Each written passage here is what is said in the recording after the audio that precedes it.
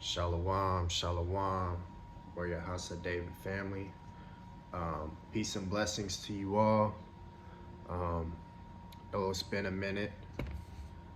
Just wanted to come at y'all today with the video of daily edification, man. First and foremost, I want to give all praises, honor, and glory to Yahweh, Ba'ashem, Hamashiach, Yahushai, Barakatah Yahweh, Barakatah Yahushai, Barakatah Yahweh, Barakatah Yahushai, Barakatah Yahweh, Barakatah Yahweh, Ba'ashem, Hamashiach, Yahushai, Ba'ashem, Rakakodash, all praises due. Shalom, family. Peace and blessings to you all. Just wanted to come at y'all today. Basically a video on being thankful, thankfulness, man. Because we gotta have that, in this truth. I know shit is not easy all the time for us, especially being in this truth. But at the end of the day, we want to always be thankful for the things that the Most High provides for us. Because the Most High is doing a lot of things behind the scenes on our behalf, and we just see him working things out in our life through the Spirit. But through the good or bad, man, we should always be thankful. And this is probably gonna be a two-part lesson, man, because right now I want to read a passage on how the Most High frowns on being unthankful, and why it's important for us to be in the right spirit no matter what we're going through or what's going on, because it's one thing the Most High can't stand is someone that's unthankful.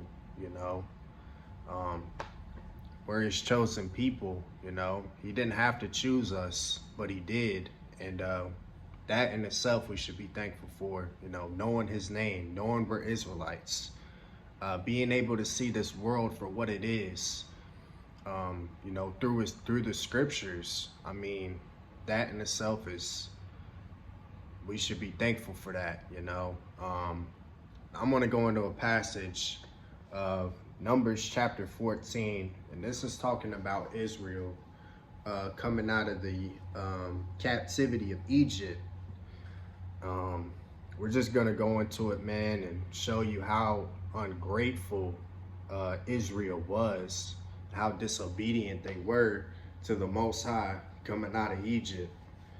And just reading this, man, is just like, damn, just really gives you a perspective on, how mad the Most High really was with us, and has been with us for thousands of years. We're just now coming back to this truth. Some of us are 3-4 years fresh in this truth, man. This truth has not been out for a long time, and there hasn't been a walking Israelite under the law of liberty doctrine over 2,000 some odd years.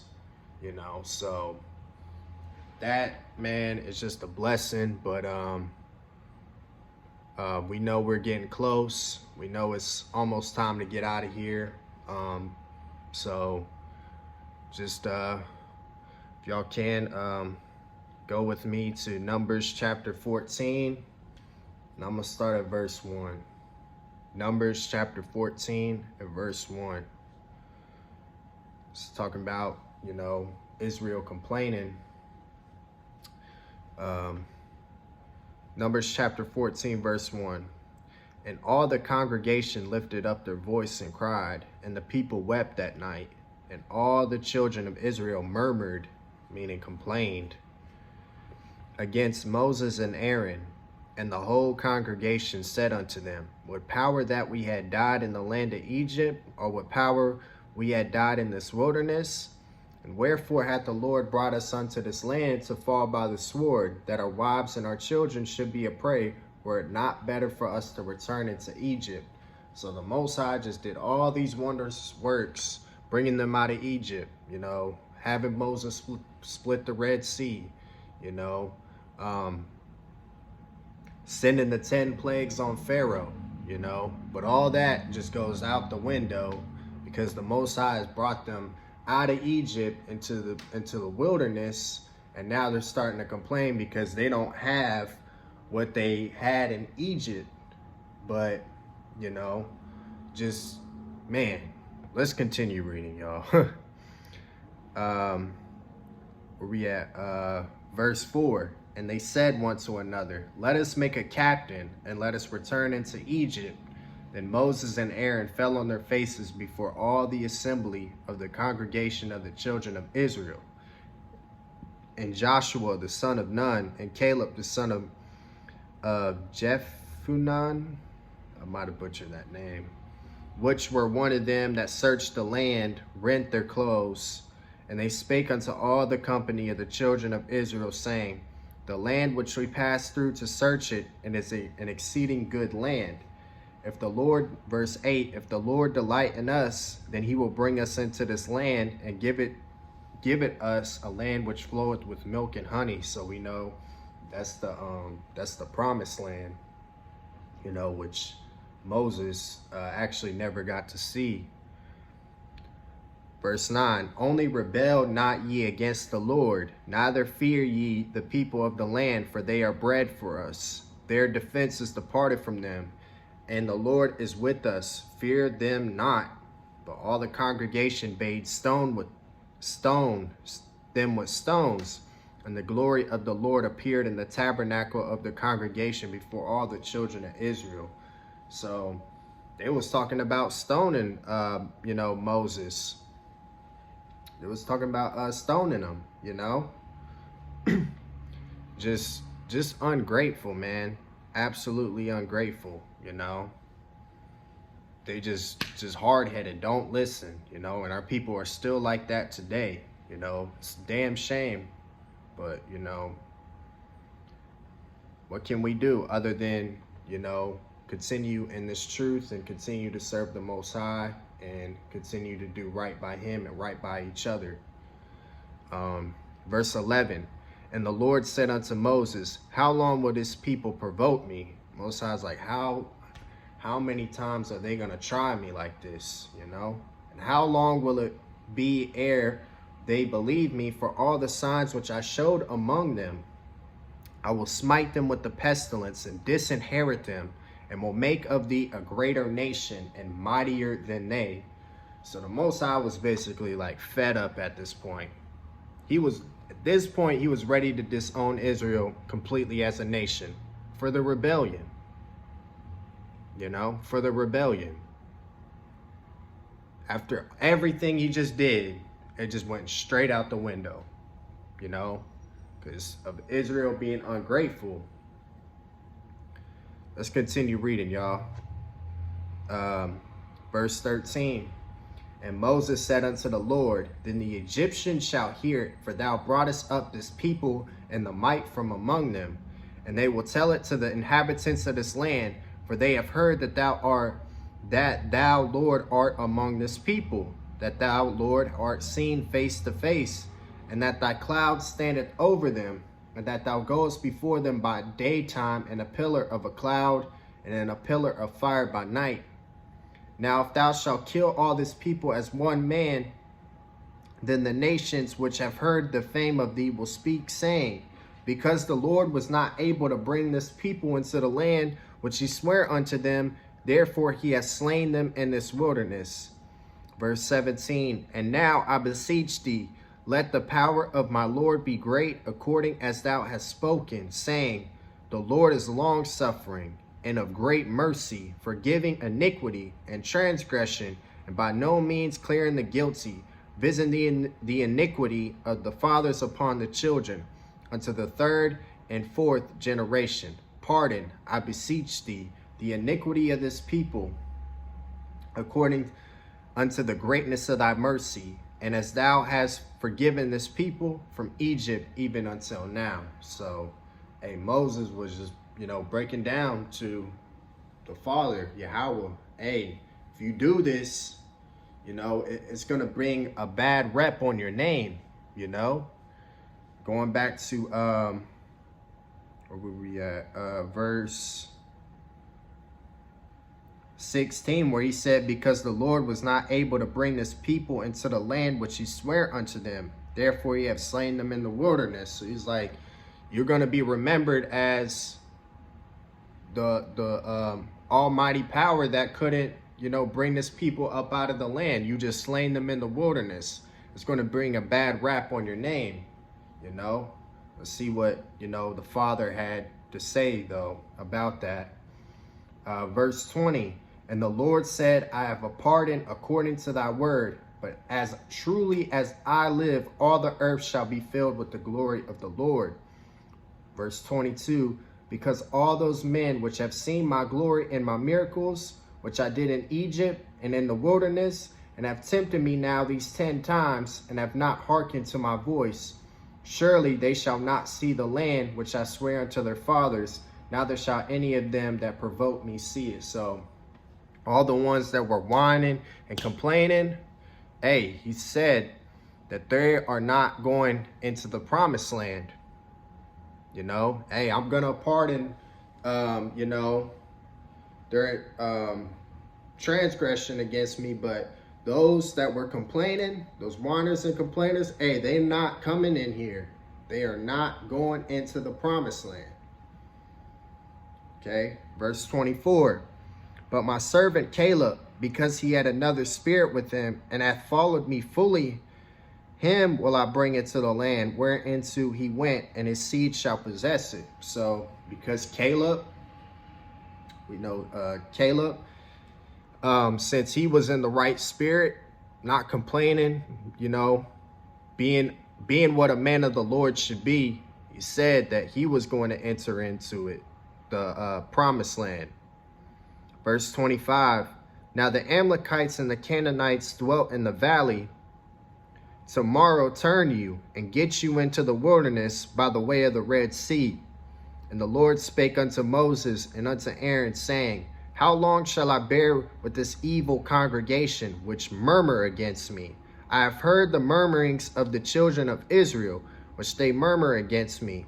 Say unto them, as truly as I live, saith the Lord, as ye have spoken in mine ears, so will I do to you. Your carcasses shall fall in this wilderness, and all that were numbered of you, according to your whole number, from 20 years old and upward, which have murmured against me. Verse 30, doubtless ye shall not come into the land concerning which I swear to make you dwell therein, save Caleb the son of Jephunneh and Joshua the son of Nun. Get a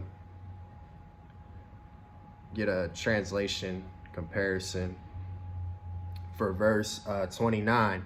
He says, you will all, NLT, you will all drop dead in this wilderness because you complained against me. Every one of you who is 20 years old or older and was included in the registration will die. So, hey, just like that, just because you want to whine, complain, and bitch about how, you want to be back in Egypt when I just delivered you out of it for 400 years of bondage. Most High just delivered them out, and this is how they repay him. By being unthankful, ungrateful, This is why we got to stay in the right spirit, man. When shit's not going our way, hey, we know the end game to this. We get out of here. We know that all these curses are going to turn into our enemies. We just got to hold on, man. Hold on. And drink our cup cheerfully, man. That's all we can do. That's all we can do, man. In verse 30 again, he said, doubtless ye shall not come into the land concerning which I swear unto to make you dwell therein, save Caleb the son of Jephunneh and Joshua the son of Nun. So Caleb and Joshua, out of all the 10, 12 including them, hey, because they were the ones that went in and searched the land, like it said, but they were the only 2 that are gonna make it to the promised land because, hey, they stood in the right spirit. They stood on their square, Everybody else, 20 years older, hey, nope, y'all gonna die here. Just like that. Verse 31.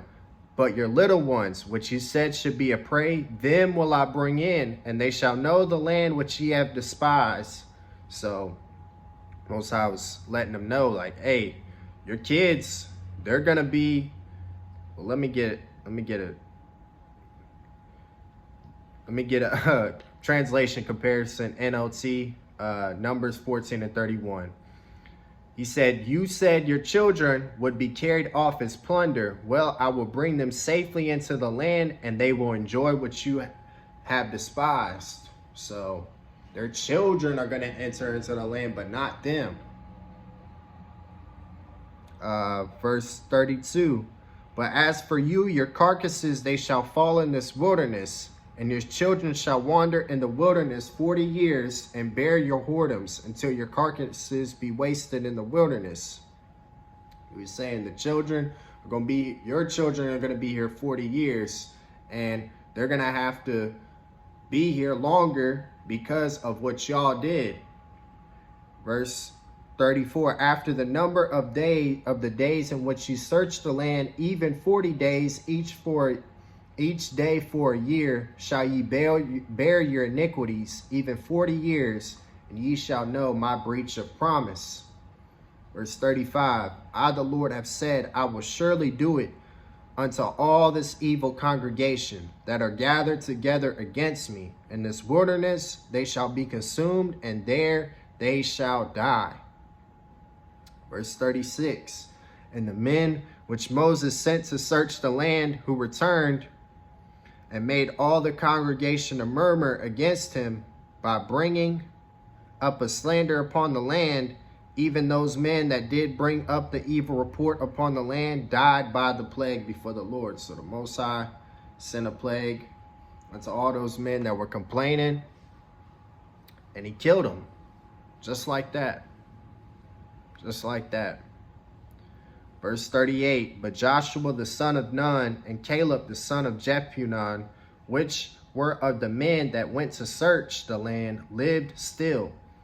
Verse 39, and Moses told these sayings unto all the children of Israel, and the people murmured. So,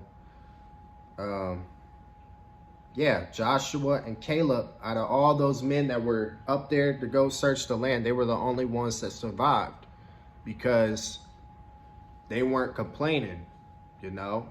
They weren't they weren't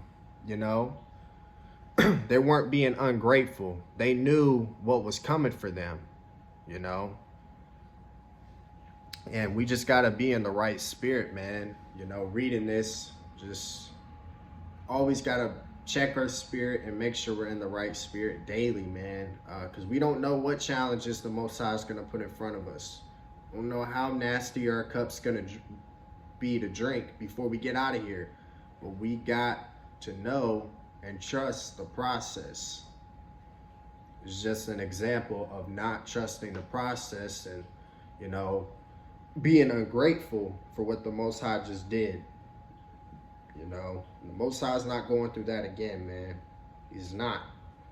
He wants the best of the best. That's what we got to represent as Israelites, being here. You know, even in this captivity, we still got to represent ourselves to the fullest.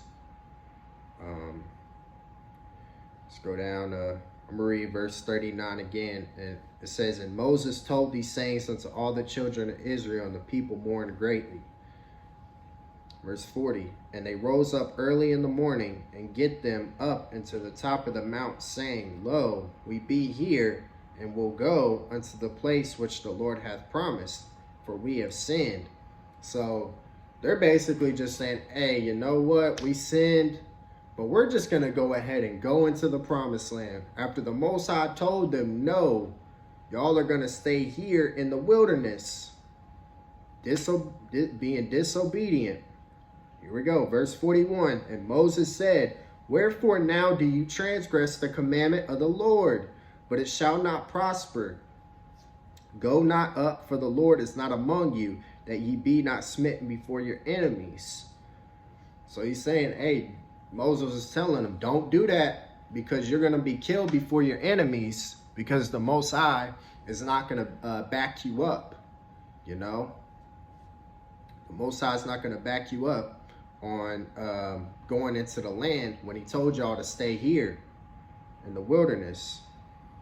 Verse 43, for the Amalekites and the Canaanites are there before you, and ye shall fall by the sword, because ye are turned away from the Lord. Therefore the Lord will not be with you. Verse 44, but they presumed to go up unto the hilltop. Nevertheless, the ark of the covenant of the Lord and Moses departed not out of the camp. Verse 45, then the Amalekites came down, and the Canaanites which dwelt in the hill, and smote them, and discomfited them even unto Hormah. So all those that went up there and didn't listen to Moses, they all got slain, just like that. Just like that, man. Let me get a precept just to describe how hard it, or what the Most High says about Israel as a people, man. This is Isaiah chapter 1, verse 3. It says, the ox knoweth his owner, and the ass his master's crib, but Israel doeth not know, my people doeth not consider. Don't consider. So just compare this to two of the dumbest animals on the planet, you know. We don't consider, you know, our people don't consider being rebellious, just not listening, man. You know, that's why it's important that we stay on our square and check our spirits daily, man, and make sure that we're thanking the Most High for everything he does for us, and thanking him for our deliverance out of here in advance, you know, and preparing ourselves mentally and spiritually for that day, you know, on a daily basis. So yeah, family, just wanted to read that passage to y'all. I am going to go into some more precepts in the next video though. Love y'all, Israel. I'll see y'all on the next video. Shalom, family. Shalom.